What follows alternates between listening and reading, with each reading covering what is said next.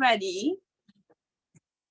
It was nice to hear what everybody wants to be and everybody's just in y'all. When I grew up, actually, I wanted to be a fashion designer. So I was just like somebody inside of here. So that's what I'm saying. I was just like somebody inside of here that wanted to be a little fashion designer as well. So I am here today. I was invited by your Auntie Trisha to come and just talk with you all and have a conversation. And I know the topic today is peer pressure. So I'm going to share from my laptop screen for you all to be able to see the presentation I have prepared for you all. Fingers crossed, we're all good. And once I'm sharing, I think somebody could pin, you should possibly pin the presentation page, because I know it will be going back and forth from me as I'm speaking on another device. Aunties and uncles, y'all hearing me? They're seeing, you're seeing clearly, right? Yes. Yes. Nice. Yes. Great. Yes. Great.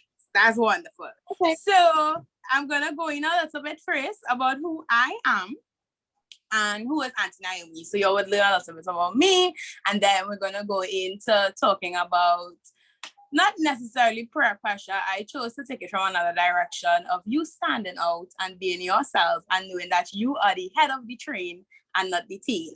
So we're going to learn a little more about that as we go along. So let me know if y'all are hearing me clearly at any point in time as well. So who is Aunty Naomi?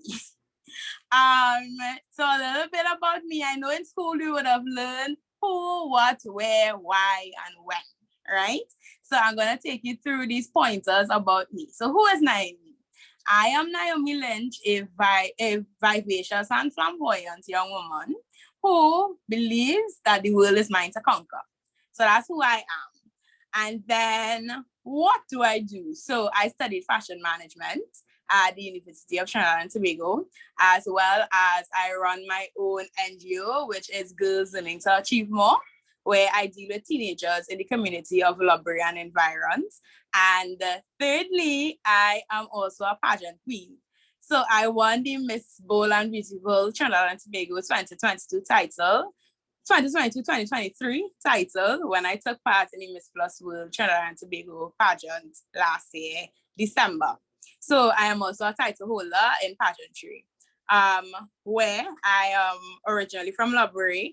I, however, moved into Port of Spain when I was 10, moved back to South when I was about 22, and now I'm based in Lubbock fully. My NGO is also Lubbock based. I work with persons in and around the community of Lubbock, as well as I went to UC Open Campus to study. That is the Creative Campus on John Dalton Creative Campus on Ricin Road. When I graduated from UC in 2017, founded GLAM in 2020, and now I am Miss Bold and Beautiful 2022 to 2023. Why? I did the pageant because I needed something. I don't know how much of you all in here, nobody with depression or anxiety. That's usually big times of sadness in your life. And I went through a lot of sadness throughout 2020 into the pandemic and as well as 2021. So I decided that I needed something to get me out there to be able to do more in the world. And that's why I would have joined the pageant. When I started GLAM is officially 4 years this year. It was because I felt like I did need to do more for my community and do more for the young women of my community. So that's why I decided to start GLAM as well. So that's more about a little bit about me. So now we're going to talk about you. And as I said, you are the head of the train and not the tail of the train. So you are the engineer of the train. So somebody who drives a train is called the train engineer. And I just want you to take that now and just imagine with me and think that my life and the road that my life is taking is a train. And now I have to think about how I am going to steer this train and maintain this train and take care of this train. And within doing this and knowing who I am at this point in time, nobody can come and tell me after that, I think you should do this, because I can stand up and tell them, well, you know what? My life is going in this direction and you can't push me to do anything else because I know where my life has to go. So this is why I would have come up with this concept. So we're going to go through 3 points in the concept. It's finding me. Then we're going to go through, it's okay to not belong, and that's fine. And always lead, never follow. So those are the 3 points that we're going to go through in my very short presentation. So firstly, we're going to start with maintaining the train, and that is finding me. We're going to go through the process of how we're going to maintain our train. So firstly, I'm going to start with a quote by Michelle Lee Ralph, and this is something that she said at the last Critics' Choice Award that we had, which is, people don't have to like you. People don't have to love you. They don't even have to respect you. But when you look in the mirror, you better love what you see. And I want that to be something that you all always think about. When you get up in the morning and I watch myself in the mirror and I do those affirmations and I say, I love me and I love Naomi, and Naomi can accomplish anything that she wants to accomplish in the world, that is something that you need to do every morning when you wake up, because it now puts you in a space of going out to fight the world and nobody can tell you that you cannot accomplish anything. So make sure that when you get up on a morning, you can love yourself. And I'm going to take you through some processes on how you can do that, how you can get up every morning and feel good about yourself. Feel good about when you look at yourself in the mirror and say, I love me. So firstly, to start, let me just have some water quickly. So firstly, to start, within knowing myself, I need to know certain things about myself. So I need to sit and think, what are my morals? What are my values? What are the things that I believe in? What are the things I like? What are the things I dislike? What are my standards? And it could be as simple as, I don't like bygone. And that's something simple. But at the end of the day, I know that's something that I definitely do not like. Whereas I may not like my hair to be combed a certain way. And if I don't like that and my hair is combed like that, I may feel like, I don't feel like interacting with people today, or I don't feel like seeing persons today, because I don't like how my hair looks. But if I always put myself in a frame that I like my hair combed like this, and how it is right now, then I will consistently have myself in a setting where my hair is combed like this, because I enjoy that. It makes me feel good about myself. So this is something that is important for you to know anytime moving forward. As little as you are and as big as you are, and as time goes along, things that you like and dislike are going to change. So you always have to be revising. What are the things I like? What are the things I dislike? What are things that, I think that I might like this if I try it. So you always have to be thinking about this. So that's the first step. So then you move on to our second thing. Well, in the first step, our second thing, which is self-love and self-care. Self-love and self-care means a lot of things to a lot of different people. I could sit here today and tell you that you should start journaling and you should start taking long walks and different aspects, but you have to know what self-care is for you. And you have to know what self-love is for you. You're not too small to know that, you're not too big to know that, and you're never too big to learn. So at the end of the day, you have to know, what does self-care mean for me? Like for Aunty Naomi, I know for me, self-care means that I need to sit and I need to write from time to time, and I need to have my nails done because I like how that looks. I feel like I need to have my hair done. So those are things that are self-care for me. I may feel something that I just need to go to the beach, and that's just a way for me to relax. So you have to now think about, with the information that I am sharing with you, what self-care looks like to you, or what self-love looks like to you. So it's always important to remember these 6 things when you're looking at self-care or self-love. It's emotional, practical, physical, mental, and spiritual. I'm going to ask you all about that after. So remember that, okay? So something that you always need to think about at all times is, once these 6 things are working in your life, it's going to make you a happier person. And all of them work together. So under each one of these points, I have different things. So emotional may simply mean that you need to talk to mommy or daddy, or you may need to talk to a teacher or a guidance counselor. So you need to talk to somebody and just share how you feel, share the opinions. And if you don't feel very comfortable sharing with somebody, that's okay. You can write it down, write in a journal, and that will be your emotional part of it. Our practical part of it is maybe I may want to learn how to sew for the person who wants to be a designer, or the person who wants to be a police officer. I may just want to sit down and talk to somebody who's a police officer. Or if I want to be a footballer, as some of you all do, I want to start to do football classes, or I want to go to coaching. So these are some of the things that we just need to think about when it is that we're thinking about self-care, practical part of it. The physical part of it now is, you see, when mommy tell you you have to go to bed at 8 o'clock and you're kicking and fighting, no, I don't want to go. The reason why mommy's sending you to bed at that time is because your body needs rest. You need to sleep and you need to take care of yourself. Being in love with yourself and falling in love with yourself is taking care of yourself. And that simple 8 hours of sleep that you get a night, or 9 hours of sleep, is going to help you get up and function to see another day. It's going to, when it is mommy telling you, you have to take the medication, and you know it's tasting really, really bad and you don't want to, but at the end of the day, this is something that is helping you be good. This is something to help you function. So the exercising and the going out there, that's the physical aspect of it. Then we go to mental. Mental is where we want to do something to exercise our brain. So we want to do puzzles. We want to read a book maybe. We want to sit down and play some board games with the family, or maybe go to a museum. These are the things that are going to mentally help you enjoy life and relax.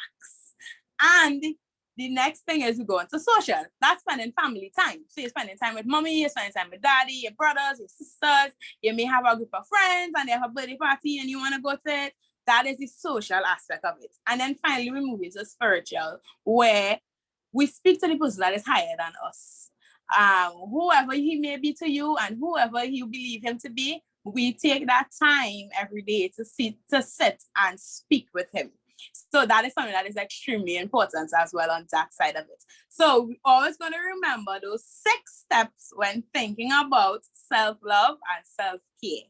We're going to go emotional, practical, physical, mental, social, and spiritual. Always remember those 6 pillars at all time. I will be asking you all about it after. So we go into it's okay to not belong. And with this aspect of it, when you now know yourself and you know who you are, you will understand that God didn't put me here to fit in. He didn't put me here to be like the next person. He didn't put me here to be like the group of persons that is in front of me. So nobody can force me to do anything that I don't want to do. So this is where I would say, be a flamingo in the flock of pigeons, because everybody else will be talking about this and doing certain things, and you in your heart may feel like, I don't want to do this. I don't feel comfortable doing this. And because you feel like that, you should not feel that I have to do it because my friends are doing it. You don't have to feel like that at all. You have to know with that you love yourself so much, and I take care of myself so much that I'm not ever going to put myself in a space of where you're going to make me feel uncomfortable because I don't want to do something. So that is something that I would want you, if you don't take anything away today, take that away. That you know what? You are a flamingo in a flock of pigeons. So I'm going to go through some persons who would have stood out and they didn't belong at all. And they stood out and they made great things happen. So we're going to start with Miss Penny Commission. I don't know how much of you inside of here would know her, but she was Miss Universe 1977. And could you imagine that she was from Trinidad and Tobago, as well as she was the first Black woman to win the Miss Universe competition. So she stood out. She stood out amongst the greatest and the most beautiful woman in the world, being a Black woman. And she didn't belong. She didn't belong at that point in time, but she became the first. She created history. Then we went to somebody you may know a little bit more, Drake. So this is a rapper. Drake is a rapper from Toronto, Canada. Drake would have started off acting. He was an actor at first, and then he moved into rapping, where he is from Toronto, Canada. And for those who listen to rap music or know rap music, Drake is one of the biggest artists right now, and America is known for rap, not Canada. Like, where did this biracial guy from Canada come from singing rap? And the thing is, America is known for this, and Drake didn't let that stop him. And now he's one of the greatest rappers that we have and that most people know of at the end of the day. I'm sure there's somebody inside here know about Drake or of Drake or know his music. So he was an actor. He came from acting as a teenager, and then he was from Toronto, Canada, and then he was biracial. So a lot of odds were stacked against him, and he still decided to say, you know what? I am going to do this. Then we move on to Mr. Usain Bolt. As everybody would know, the fastest man in the world. Usain is from Jamaica, and he is a sprinter. And he broke a lot of world records from being in Olympics and just running. He broke a lot of records and is the holder of a lot of records in the world. So he is somebody that came from a very little island. When we think, I mean, they're not as small as us, but when we think about where he came from and the things that he did and the greatness that he lived up to be, we have to think about this and say, I don't have to fit in with anybody. I don't have to belong. I have to stand out. I came here to stand out. I was born to stand out. So I don't have to belong. And I will go into my last point of it all, is you always lead. You are always a leader. Remember that at all points in time, you are a leader and never a follower. So we go into Bunji Garlin, who is our first. I know we must know Uncle Bunji inside of here. And Uncle Bunji would have collected the first Soul Train Award for soca music. And he was the best international performer in his category, and he would have won that for Different Ology, which was a song that he had released for Carnival, and he won that Soul Train Award in 2023. And Uncle Bunji would have led the way for persons like Uncle Marshall to come and be able to win and put soca on the map as well. And that's why we would have been able to hear soca playing in the World Cup this year. In millions and millions of miles across the world, we could have heard Uncle Bunji's song being played. So he did lead the way in that aspect of it, and he got the opportunity to put soca on the map by winning a Soul Train Award. We move on to Rash Shorty Eye. I know a lot of you may not know the person from this picture, but this is, if you all know Aunty Nyla, this is Aunty Nyla's granddad. And Uncle Rash Shorty Eye, he was the creator of soca music, as they call him, the father of soca. He was a calypsonian. And at that point in time, there wasn't anything called soca. Nobody knew what soca music was. Like way before my time with my mommy and my grandma, even before my mommy time, my grandma's time, soca music wasn't something that was known. Nobody knew what was this new music. And Rash Shorty Eye was the person who decided to say, I am going to put this music on the map. And he would have paved the way for persons like his granddaughter Nyla and Voice and Second Star and Marshall and Bunji. He paved the way for them by creating soca music. So this was something that he created, and you know what? He is known for this, and he led the way. He led the way. So that's what I tell you, always be a leader. And then we go on to last but not least, Uncle Marshall Montano. So Marshall started really, really small. I don't know if anybody know the song. They say you're too young for soca. Oh, you're making jokes. So Uncle Marshall Montano would have started soca really, really young. And he is one of our biggest soca artists, right next to Uncle Bunji as well. And he would have also produced a movie, which is Bazudi, and he acted and produced and was a part of this beautiful experience that he brought to his country of Trinidad and Tobago. And I remember when I worked for that video, because I worked for that movie backstage, and it was a wonderful experience just to have the opportunity to see how a movie is being made right here in our little country of Trinidad and Tobago. So that was a great experience as well. And Uncle Marshall also was one of the persons that did his own show. He decided to stand up and say, me and Ecstatic, which was his band years ago, are going to do our own show.